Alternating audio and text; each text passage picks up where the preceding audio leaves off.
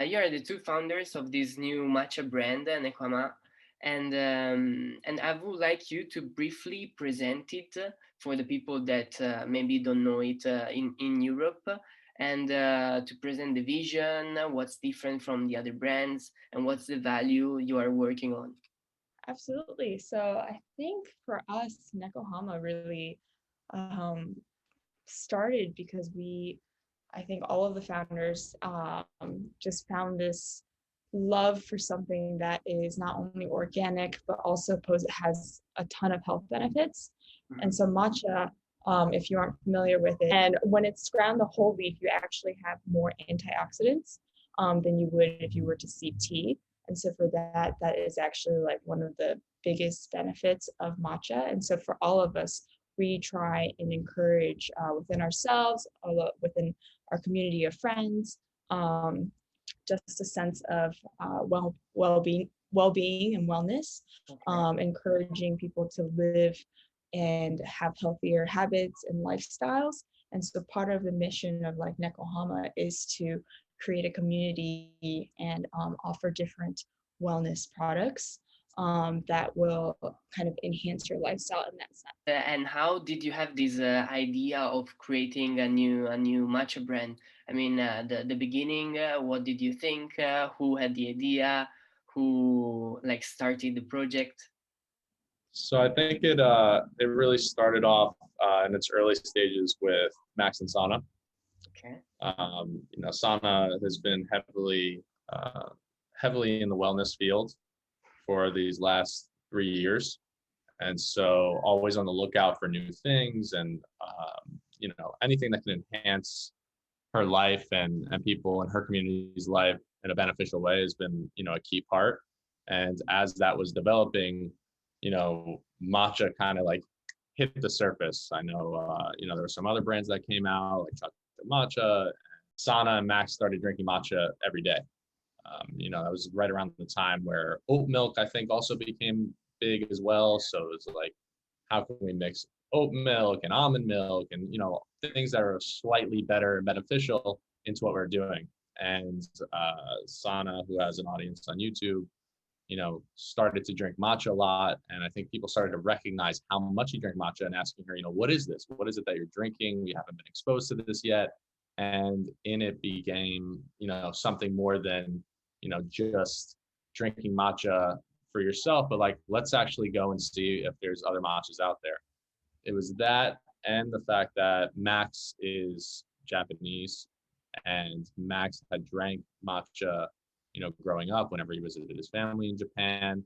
And Max really knew what good matcha tasted like. And also he had matcha when he was younger that didn't taste bitter. Okay. And so there was something in his knowledge and his experience that told both of them there's better options out there than what we're getting right now. And what you think are the, let's say, the characteristics of successful brands in areas of food and lifestyle? Like it could be like Nekohama or other brands that you might know, or you could be inspired. I think for me, what really constitutes like a successful brand lies in I think their commitment to the mission that they started with originally, because I think a lot of companies venture away from that after their initial success or their initial struggle. They almost like change directions to do what is more popular and what will make them happen. And so there's one particular brand that comes to mind that I think just has a um, incredible start, and I think has been super consistent, and that's Glossier, which is a Mhm. beauty brand. And I think Glossier was really the first of its kind to really be like all inclusive and not use people to like market their products. For us, I think as well, we want to make sure that us at Nekohama, as we start with our first product and as we begin to expand down the line, we're still committed to that, like, hey, quality, wellness. We want to make sure that we are offering very very pure products, things that actually have a ton of health benefits that we will that we consume daily ourselves, because you wouldn't want to promote a product, like we definitely don't want to promote a product that we don't use consistently every single day. And I can say without a doubt that like Max, Sana, Jason, and myself, we literally drink matcha every single day. And so we really want to make sure that we believe in what we do and that we continue to enhance, not enhance, but encourage the community that has come together through, you know, through our social media, but also through the community that Sana has built over time on her platform, and making sure that we encourage just a healthier lifestyle. Do you think that COVID, with all the bad aspects that could be related, also a little bit help and or accelerated the rise of your brand, given that like with COVID, let's say now we're more pushed to, you know, wellness, taking care of ourselves. What do you think? I definitely think COVID may have played a role, because I think it actually played a huge role in what brought Nekohama to life. Yeah. I know that I can speak, for instance, for Sana, especially, we talked like several times about how it was so important to like find a routine. Otherwise, you know, the days blur together and you kind of lose a sense of yourself. And so, you know, Nekohama and our first, you know, matcha product came about really because we found the process of making matcha is just incredibly helpful and calming and meditative. And the act of making matcha is like a series of decisions, small decisions that you make that end up projecting the directory of your day. So when you're making a good choice and choosing, hey, I'm taking this moment, I'm grabbing the matcha powder that I need to make this drink for myself, you almost create a great start to your day and continuing to make good decisions. I think COVID presents for a lot of people a great time of uncertainty. And so, you know, uncertainty being one of the biggest fears that a lot of people faced this time around. And being in your homes and not being able to go to work and not being able to go with your routines and not being able to socialize and not being able to go to gyms or, you know, take care of yourself in the ways that you usually knew how to do on autopilot. People had to kind of face what are my habits, what am I doing right now, while also dealing with this uncertainty, this fear inside of like, I don't know what to do right now and I don't know when this is ever going to stop. And matcha for us has become a big measure of taking control of your day.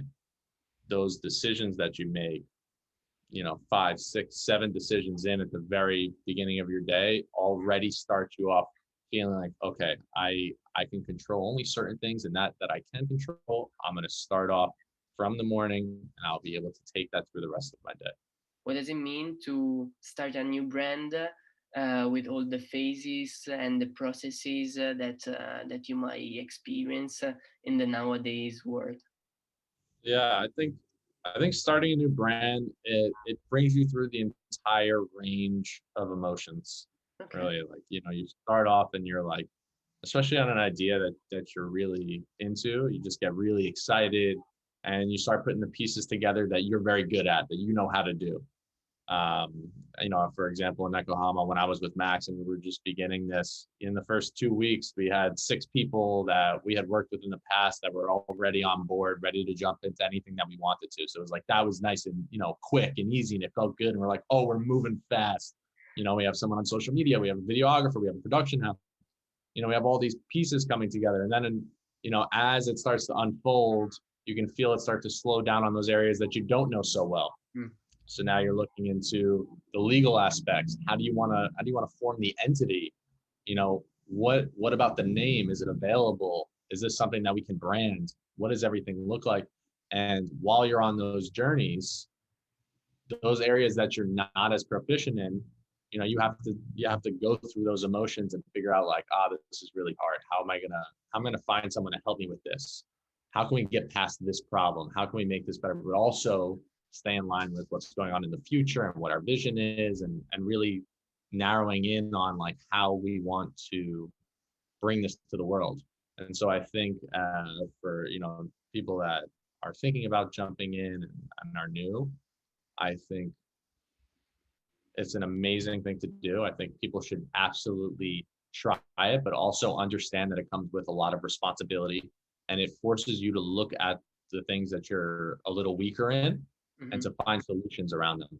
And I think it's also just important to remember that it's okay to ask for help, because you're going to come across so many different things where it's your first time and you have no awareness of it, and you can do all the Google searches you want, but like sometimes like you need to just get somebody who knows what who knows whatever it is that you don't know way better than you do, to kind of help you along the way. And I think that's part of being an entrepreneur, is being able to admit when like, hey, this is an area of knowledge that I'm not familiar with. If you should say your, let's say, medium or long-term goals for Nekohama, what would be your answer? I think in terms of the big plan, Nekohama is a wellness company. And really what we want to do is we want to help people create habits that put them in the direction of bettering their own lives, and therefore can then better other people's lives around them. And that's really what we want to model, and that's really what we want to bring through the products that we're delivering to people. And so matcha is maybe the beginning, you can say, and we'd like to get it into as many people's hands around the world that we possibly can.